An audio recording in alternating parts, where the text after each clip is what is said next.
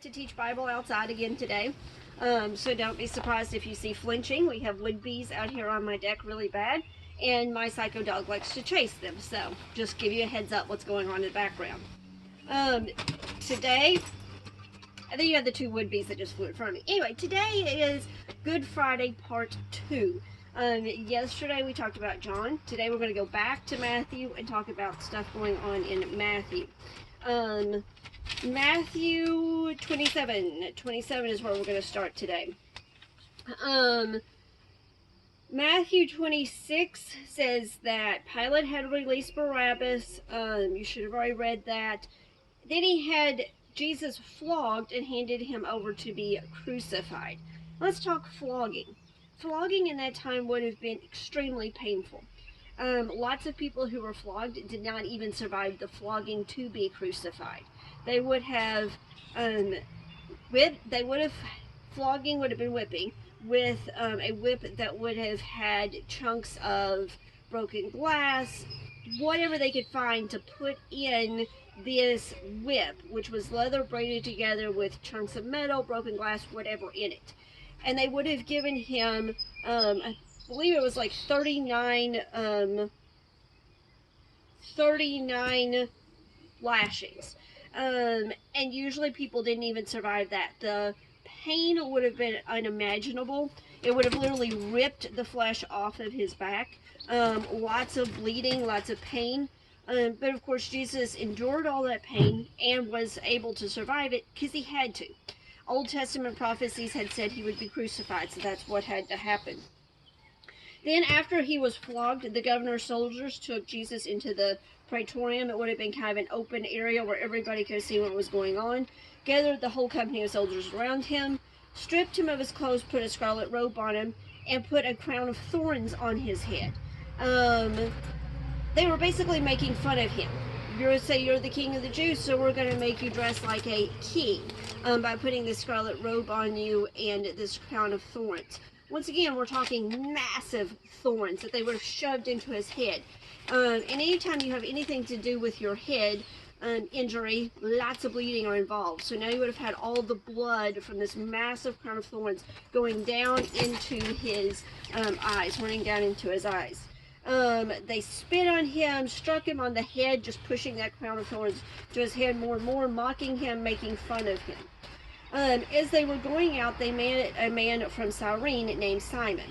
Cyrene would have been in Africa, as we've talked before in the history. The Ethiop with this, well, no, that would have been afterwards, but the message had spread to, there would have been Jews in Africa as well. This is the time of the Passover, so people would have been coming from all over to Jerusalem to the Passover. And that was all part of God's plan, that Jesus would be crucified during Passover, number one, because he is the ultimate Passover lamb, and all the symbolism that goes with it, but also because people would have been coming to Jerusalem from all over the known world at that time. So that means that the message of what happened to Jesus would have spread throughout the known world, because people that saw what happened, heard what happened, who were in Jerusalem for the death and resurrection, would have gone home and talked about it. They were going to go home and be quiet, so the message would have spread. So Jesus is made to carry his cross, but he can't do it. He's been flogged, he's been made fun of, spit on, crown of thorns placed on his head and shoved down into his head. He can't do it. So Simon ends up carrying the cross of me. I've attached a video of a song that goes with this part of it, of Simon having to carry the cross. They took him to the place called Golgotha, which means the place of the skull. They crucified him, divided up his clothes. We talked about that yesterday. Put the sign above him. Talked about that yesterday. People walked by, hurled insults at him, made fun of him. From this, then jumping ahead, because you can read the rest of all of that to verse 45. From the 6th hour, remember, they kept time. The Jews kept time different back then than we did. So when it says from the 6th hour until the 9th hour, that would be from noon to 3 o'clock. Darkness came over the land. Another gospel says that the sun stopped shining. We're not talking normal darkness here. We're talking supernatural darkness. We're talking you can't see your hand in front of your face type darkness. At noon, when the sun's supposed to be in the middle of the sky, even on a cloudy day, you still have some sunshine. No, there's no sun shining. Here's another one of the 7 things that Jesus said that you need to have memorized by the 20th. I'm not even going to try to read the Aramaic version. My God, why have you forsaken me? It's really important to think about why Jesus is saying this. Remember, I'm sure I've drawn it for you all before, but the picture of God on this side, perfect, holy, can have nothing to do with sin. Then all the sin over here, and there's this big divide. Well, this is the point where all the sin of the world is placed on Jesus. That means God can no longer have anything to do with him. Because now Jesus, the perfect sacrificial lamb, Jesus who has never sinned, is covered in the sin of the world. His own heavenly Father can have nothing to do with him at this point. Then, skipping ahead, because like I said, you can read all of this yourself. And when Jesus had cried out again in a loud voice, he gave up his spirit. At that moment, the curtain of the temple was torn in two from top to bottom. The earth shook and the rocks split. Okay, let's talk about this curtain of the temple. I will also include a link to a picture of the temple on the LMS website. But the temple would have gone from where the Gentiles would have been allowed to where only Jews were allowed to where only men were allowed to get down to the Holy of Holies, where the Ark of the Covenant was. And only the high priest was allowed in there, and only once a year. That is where he would have gone in once a year to make sacrifices to atone for the sins for the entire year. And when we say curtain, we're not talking just curtain. We're talking like theater curtain. We're talking big, massive thing here that was torn in two.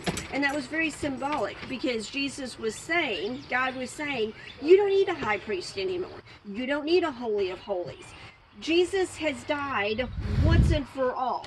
He is the perfect sacrificial lamb. He is the high priest. He is all of that wrapped into one. And that's further explained in Hebrews 8 and 9. Hebrews 8. We don't have such a high priest. After the death of Jesus and resurrection, we don't have such a high priest. Instead, we have a high priest who sat down at the throne of the majesty in heaven and who serves in the sanctuary, the true tabernacle set up by the Lord. In other words, Jesus is now sitting in heaven, the true tabernacle, the true temple. For Christ did not enter a man-made sanctuary that was only a copy of the true one. He entered heaven itself.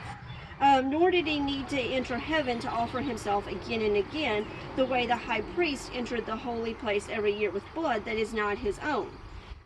Instead, he was entering it with his blood. And I have a song also that I'm going to attach that mentions this tearing of the temple, that he made a way, he tore the veil.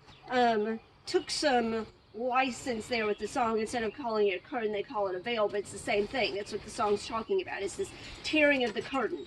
But it just sounds musically better to say that he made a way, he tore the veil, than to say he tore a curtain. So that is what Matthew has to say about the crucifixion. Mark pretty much says the exact same thing. There's not really a whole lot in Mark that's not in Matthew. Luke has a few other things. Luke 23 starts with 26, leading him away. Luke includes that Jesus would have turned around and talked to the women that were following him and that were crying as he was going through this procession from the palace to where he was going to be crucified. Verse 34, let's see here, is another one of the last 7 things that Jesus said. Everybody's making fun of him, and Jesus said, Father, forgive them, for they do not know what they are doing. That's pretty powerful. Jesus has just been flogged. He's got to be in unimaginable pain. He knows that things are going to get worse. And he's, instead of saying anything about himself, he's asking God to forgive everybody who is crucifying him and making fun of him. That's pretty powerful, to say the least. Then the soldiers, because remember, came up and mocked him. They offered him wine vinegar and said, "If you are the king of the Jews, save yourselves." Remember, he's hung between two criminals. Verse 39, one of the criminals who hung there hurled insults at him. "Aren't you the Christ? Save yourself and us." But the other criminal rebuked him. "Don't you fear God," he said, "since you are under the same sentence? We are punished justly, for we are getting what our deeds deserve. But this man has done nothing wrong." Then he said, "Jesus, remember me when you come into your kingdom." And here's another one of the last 7 things that you need to memorize. Jesus answered, "I tell you the truth, today you will be with me in paradise." There's some debate about what paradise is, if he's talking about heaven, or whether he's talking about kind of some resting place where everybody goes right before they go to heaven. Not going down that rabbit hole. But the point being, this guy realizes who Jesus is, so Jesus is saying, "I forgive you." So that is that. Tomorrow, I'll show you the poster for Saturday. There's not really anything that goes with Saturday, and then we'll start talking about Sunday. See you tomorrow.